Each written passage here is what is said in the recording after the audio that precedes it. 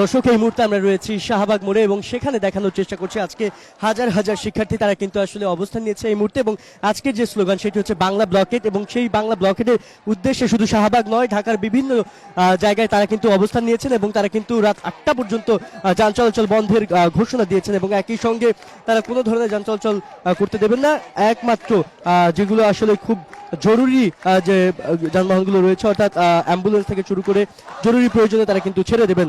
দর্শক, এই মুহূর্তে আপনারা দেখতে পাচ্ছেন যে কোটা বাতিলের দাবিতে অর্থাৎ কোটা পুনর্বহালের যে রায় হাইকোর্টের, সেই রায়ের প্রতিবাদে তারা কিন্তু আসলে আজকে এই আন্দোলনে নেমেছেন এবং এখানে এই মুহূর্তে শাহবাগ মোড়ে কিন্তু তারা অবস্থান নিয়েছেন। এবং কিছুক্ষণ আগে আমরা দেখেছি যে আসলে ইন্টারকন্টিনেন্টাল হোটেল ইন্টারকন্টিনেন্টালের সামনে দিয়ে যখন আসলে ছাত্ররা আসছিল তখন কিন্তু হালকা একটি পুলিশের বাধার সম্মুখীন হয়েছেন তারা, এবং সেটি ভেদ করেই তারা কিন্তু আসলে এই শাহবাগ মোড়ে অবস্থান নিয়েছেন। এই মুহূর্তে আপনারা দেখতে পাচ্ছেন হাজার হাজার শিক্ষার্থী কিন্তু এখানে রয়েছে। আমরা রয়েছে এই মুহূর্তে কাদের কণ্ঠ থেকে এবং আপনাদের সঙ্গে রয়েছে আমি যুক্ত আব্দুল্লাহ জুবায়ের। যারা এখনো পর্যন্ত কাদের কণ্ঠের ইউটিউব, ফেসবুক পেজ এবং চ্যানেল সাবস্ক্রাইব করেনি তারা দ্রুত সময়ের মধ্যে দেশের সব খবর সবার আগে জানতে সাবস্ক্রাইব করুন এবং লাইক এবং ফলো দিয়ে সঙ্গে থাকুন কাদের কণ্ঠের। এই মুহূর্তে দেখতে পাচ্ছেন সকল শিক্ষার্থী তারা কিন্তু বিভিন্ন প্লেকার্ডে এখানে যুক্ত হয়েছেন। আমরা সামনেই কথা বলার চেষ্টা করবো, যাওয়ার চেষ্টা করবো এখানে যারা রয়েছেন। আমরা দেখতে পাচ্ছি যে আসলে বিভিন্ন সময় আমরা দেখেছি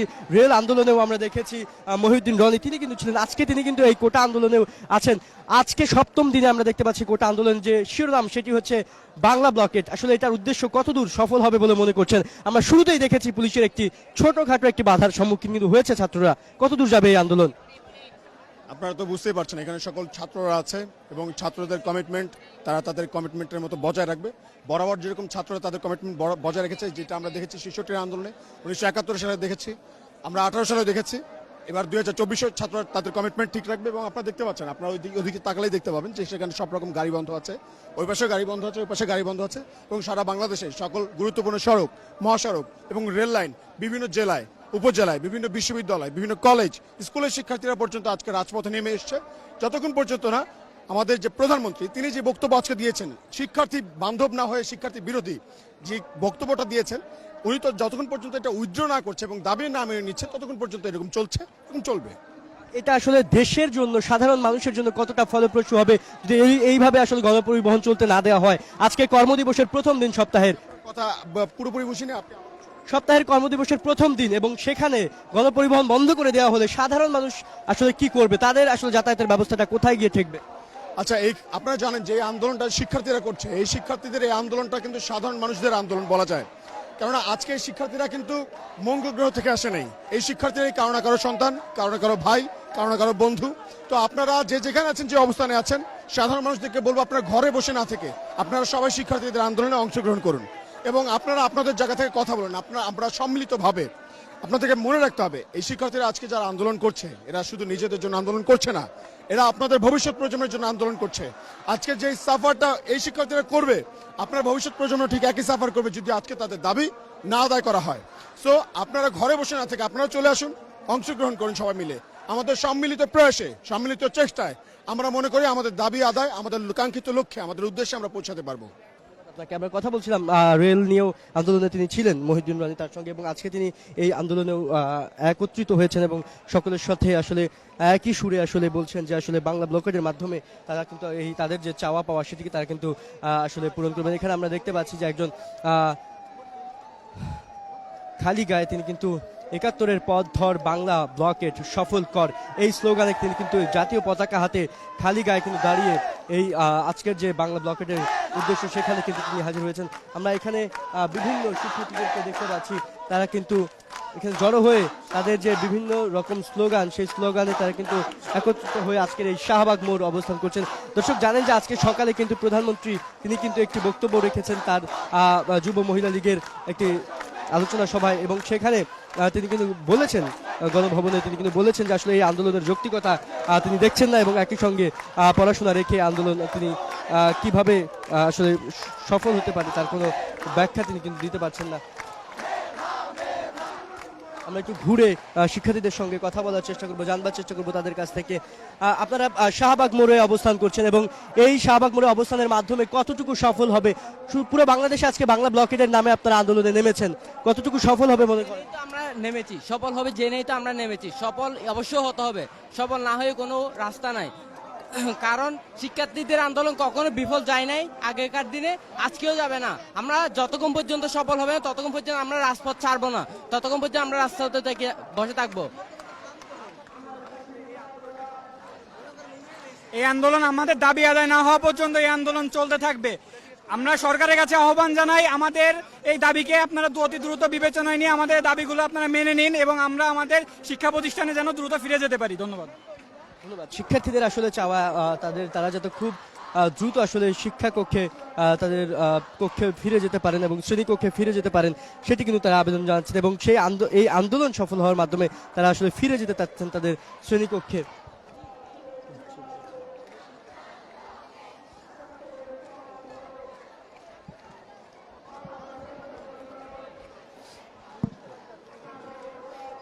দর্শক, আমরা রয়েছি এবং শাহবাগ মোড়ে রয়েছি ঠিক, এবং সেখান থেকে দেখানোর চেষ্টা করছি চারটি দিক কিন্তু রয়েছে এই শাহবাগ মোড়ের, এবং সেই চারটি দিকই কিন্তু তারা কিন্তু ব্লক করে রেখেছেন এবং প্রচণ্ড রোদে যখন আসলে হাঁসফাঁস অবস্থা তখন কিন্তু আসলে ছাতা মাথায় দিয়ে শিক্ষার্থীরা কিন্তু এখানে দাঁড়িয়ে আছেন, বসে আছেন, দাঁড়িয়ে আছেন, বিভিন্নভাবে কিন্তু তাদের এই আন্দোলন সংগ্রাম তারা চালিয়ে যাচ্ছেন। আমরা ছাতা মাথায় দিয়ে যারা রয়েছেন শিক্ষার্থী তাদের সঙ্গে একটু কথা বলবার চেষ্টা করব এবং প্রচণ্ড রোদে তাদের যে অবস্থান এটি সম্পর্কে জানার চেষ্টা করব।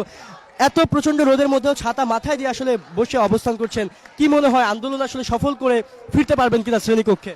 ইনশাল্লাহ পারবো, কারণ আমরা আমাদের সর্বোচ্চ যে চেষ্টা করছি এবং আমাদের বিশ্বাস যে কোটা প্রথার মতো এরকম বৈষম্যমূলক এবং অসাংবিধানিক টু সাম এক্সটেন্ট এরকম একটা দাবি সরকার মেনে নেবেন। ইনশাল্লাহ আমাদের এই সংগ্রাম, এই প্রত্যয় সফল হবে। ধন্যবাদ। আমরা কথা বলছিলাম সাধারণ শিক্ষার্থীদের সঙ্গে এবং তাদের যে আমরা এখানে দেখতে পাচ্ছি আরও একজন, তিনি আসলে সাদা কাফনের কাপড় পরে এবং তিনি কিন্তু কোটা বাতিলের দাবিতে আসলে এখানে আন্দোলনে নেমেছেন এবং এখানে আরও যে বিষয়টি আমরা লক্ষ্য করছি এই মুহূর্তে কিন্তু যে গণপরিবহন সেগুলো কিন্তু একেবারেই বন্ধ রয়েছে, কেননা তারা কিন্তু পুরো শাহবাগ যে মোড়টা সেটা কিন্তু তারা অবস্থান করে রেখেছেন এবং আপনারা যদি একটু লক্ষ্য করে দেখেন যে প্রতিটি শিক্ষার্থী তারা কিন্তু ছাতা মাথায় দিয়ে এখানে অবস্থান নিয়েছেন।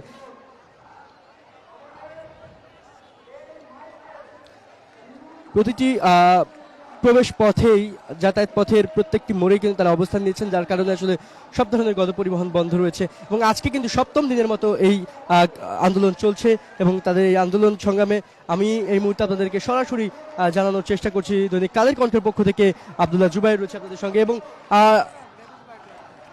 জানিয়ে রাখতে চাই এখন পর্যন্ত যারা আসলে কালের কণ্ঠ সাবস্ক্রাইব করেননি চ্যানেল, ইউটিউব এবং ফেসবুকে যারা লাইক ফলো দেননি তাদেরকে জানিয়ে রাখতে চাই খুব দ্রুত দেশের সব খবর সবার আগে জানতে লাইক ফলো দিয়ে আমাদের সঙ্গে যুক্ত থাকুন। বিভিন্নভাবে আমরা দেখতে পাচ্ছি যে মাথায় ব্যান্ড রয়েছে এবং একই সঙ্গে আসলে কোটা বিরোধী যে স্লোগান সেটির লেখা কিন্তু রয়েছে তাদের মাথার ব্যান্ডে এবং একই সঙ্গে কেউ জাতীয় পতাকা হাতে, কেউ কিন্তু নানান রকম প্লেকার্ড নিয়ে তারা কিন্তু দাঁড়িয়ে আছেন, যে যার মতো করে আসলে কিন্তু এই আন্দোলন কিন্তু করছেন।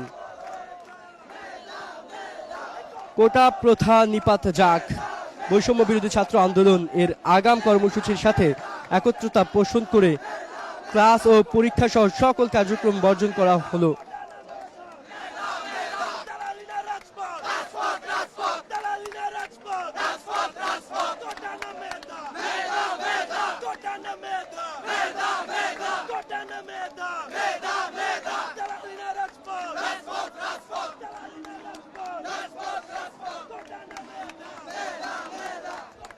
দর্শক, আমরা দেখতে পাচ্ছিলাম যে সেখানেও স্লোগান, এখানেও কিন্তু স্লোগান চলছে, কেউ বসে কেউ দাঁড়িয়ে বিভিন্নভাবে কিন্তু তাদের এই কার্যক্রম চলছে। এক দফা দাবি, এক দফা, এক কোটা নট কাম ব্যাক, সেটি কিন্তু লেখা রয়েছে এবং একই সঙ্গে মেধার বিকাশ জারি রাখো, সোনার বাংলা গড়ে তোলো, বিভিন্ন ধরনের রাষ্ট্র বলো তুমি কার, কোটার না মেধার, বিভিন্ন রকম প্রশ্নও কিন্তু তারা রেখেছেন।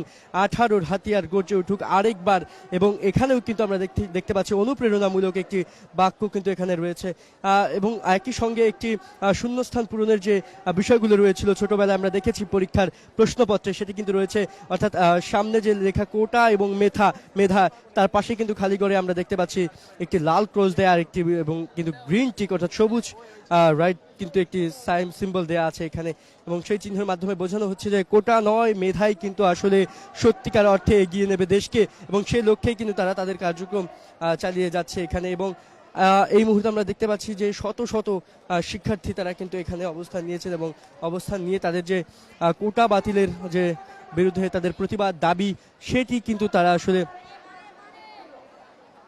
সেটা আসলে তারা জানান দিচ্ছেন এখানে থেকে।